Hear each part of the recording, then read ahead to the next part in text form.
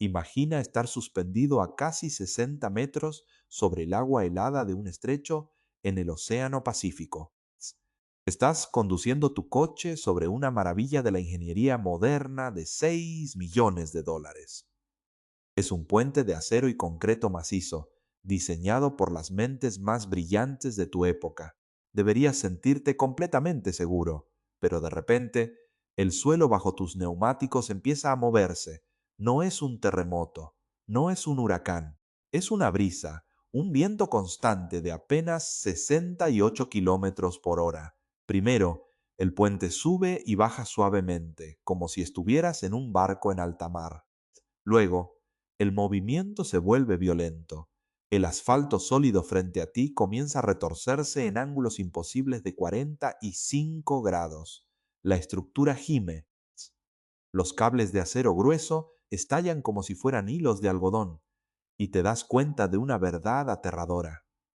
Esta gigantesca obra maestra de la humanidad está a punto de desintegrarse bajo tus pies, y tú estás atrapado justo en el medio. Esto no es una escena de una película de ciencia ficción. Es la historia real del colapso estructural más asombroso, rápido y documentado en la historia de la ingeniería civil. El desastre que humilló a los arquitectos más prestigiosos del mundo y cambió las reglas de la física estructural para siempre. Hoy vamos a diseccionar el colapso del puente Tacoma Narrows. Vamos a descubrir cómo el ego, la presión económica y un fenómeno físico invisible conspiraron para derribar a un gigante en tan solo 4 meses. Y lo más importante, entenderemos por qué el mito que te enseñaron en la escuela sobre por qué cayó este puente es completamente falso.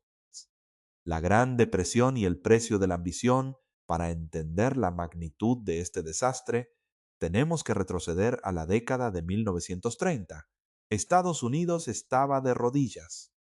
La Gran Depresión había paralizado la economía, dejando a millones de personas sin empleo, sin esperanza y buscando desesperadamente una salida. Como respuesta, el gobierno federal lanzó el New Deal, un ambicioso programa de estímulo que inyectó millones de dólares en infraestructura monumental. La idea era simple: construir a lo grande para volver a soñar. Fue la era de los titanes de acero. Se levantó el Empire State Building, se inauguró la majestuosa represa Hoover y en San Francisco el Golden Gate desafió las neblinas del Pacífico. En el estado de Washington, la ciudad de Tacoma también quería su milagro. Durante casi 50 años habían soñado con un puente que uniera la península de Kitsap con el resto de la región a través del estrecho de Tacoma Narrows. Hasta ese momento, la única forma de cruzar era en un lento ferry. Un puente no solo traería desarrollo económico, sino que pondría a la ciudad en el mapa moderno. Pero había un problema crítico: el dinero. En plena crisis económica, los fondos eran limitados. El diseño original, robusto y confiable, había sido presupuestado en unos 11 millones de dólares. Era demasiado caro. Las autoridades necesitaban una solución más barata, y aquí es donde entran a la historia la ambición desmedida y las nuevas teorías radicales. Llamaron a Leon Moisseff, uno de los ingenieros estructurales más respetados del país. Moisseff venía de trabajar en el mismísimo Golden Gate. Era un hombre brillante, pero también un convencido de que la ingeniería moderna podía empujar los límites de lo establecido. Él y su equipo propusieron un diseño revolucionario. En lugar de utilizar las enormes y pesadas vigas de celosía que cruzaban todos los puentes colgantes tradicionales, esas grandes redes metálicas de 8 metros de alto que dejaban pasar el viento, usarían unas elegantes y delgadas vigas de placas de acero de tan solo 2 metros con 40 centímetros de grosor. El resultado visual era impresionante. El puente se vería como una delgada cinta plateada flotando sobre el agua. Sería el tercer puente colgante más largo del mundo, con una longitud total de más de 1.800 metros, pero con una anchura de apenas 12 metros. era extremadamente esbelto, hermoso y sobre todo barato. El costo se redujo a poco más de 6 millones de dólares. Las autoridades lo aprobaron de inmediato. Advertencias ignoradas y la Gertrudis galopante. Sin embargo, no todos estaban deslumbrados. Los verdaderos expertos en puentes vieron los planos y sintieron escalofríos. David Steinman, una leyenda de la ingeniería y diseñador del futuro puente Mackinac, fue lapidario en su evaluación. Advirtió, casi a gritos, que esa delgada placa de acero no tenía la rigidez estructural necesaria para soportar las fuerzas del viento en un vano tan largo. Para Steinman, el puente era una trampa mortal desde el tablero de dibujo, pero en el mundo de los grandes proyectos, el ego y la política suelen silenciar a la razón. Las advertencias de Steinman fueron archivadas por ser consideradas pesimistas y la construcción comenzó a un ritmo frenético. Si te fascina descubrir dónde fallan los grandes sistemas, cómo colapsan las megaestructuras y cómo podemos aprender de estos errores catastróficos, estás en el lugar correcto. Suscríbete ahora mismo a Punto de Falla. Aquí diseccionamos los errores técnicos más grandes de la historia para entender cómo funciona realmente nuestro mundo. Dale al botón de suscribir y activa la campanita para que no te pierdas nuestro próximo análisis. Continuemos. Desde el inicio de la construcción, el puente empezó a dar señales de que algo andaba terriblemente mal. En 1939, mientras los trabajadores montaban el tablero sobre el estrecho de Tacoma, notaron que la estructura no se quedaba quieta. Incluso con brisas suaves, el puente ondulaba. Los enormes cables de acero se tensaban y se relajaban, creando un movimiento vertical que mareaba a los constructores.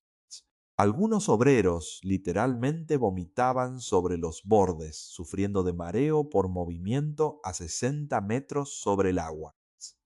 Empezaron a llamarlo Galloping Gertie, la Gertrudis galopante, por la forma en que saltaba como un caballo desbocado. Los ingenieros, ahora sudando frío, intentaron arreglar el problema sobre la marcha. Aplicaron soluciones improvisadas. Instalaron pesados cables de retención anclados a bloques de concreto en la orilla, pero las fuerzas del puente simplemente los rompieron poco tiempo después.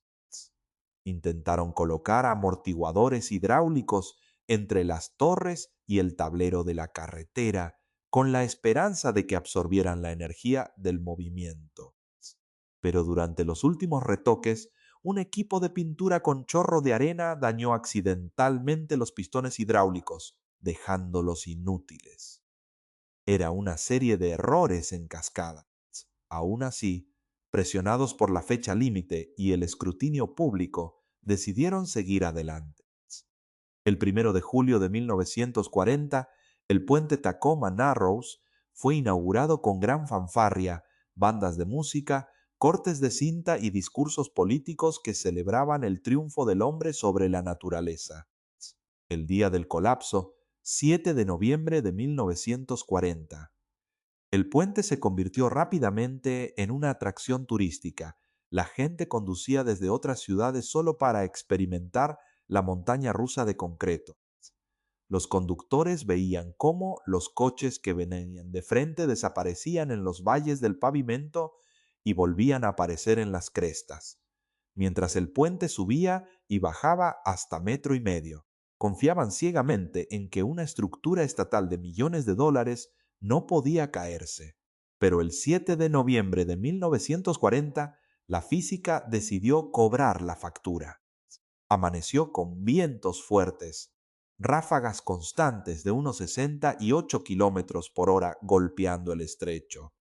A las 10 de la mañana, el movimiento vertical de Gertie cambió abruptamente. Ya no solo subía y bajaba, empezó a torcerse. El puente entró en lo que los ingenieros llaman un movimiento torsional extremo. El lado derecho de la carretera subía casi 9 metros en el aire, mientras el lado izquierdo caía hacia el abismo, y luego el movimiento se invertía en fracciones de segundo. El asfalto crujía. El acero gemía con un sonido ensordecedor que se escuchaba a kilómetros. Justo en ese momento de pesadilla, el periodista Leonard Cotsworth estaba cruzando el puente en su coche. De repente, su vehículo fue arrojado contra la acera. Cotsworth intentó abrir la puerta, pero el ángulo de la carretera era tan empinado que no podía sostenerse en pie. Salió a rastras, sangrando y aterrorizado, aferrándose al pavimento con las uñas mientras la estructuza se retorcía bajo él. Logró escapar gateando hacia una de las torres. Pero dentro de su auto quedó atrapado su perro, un cocker spaniel llamado Tubi.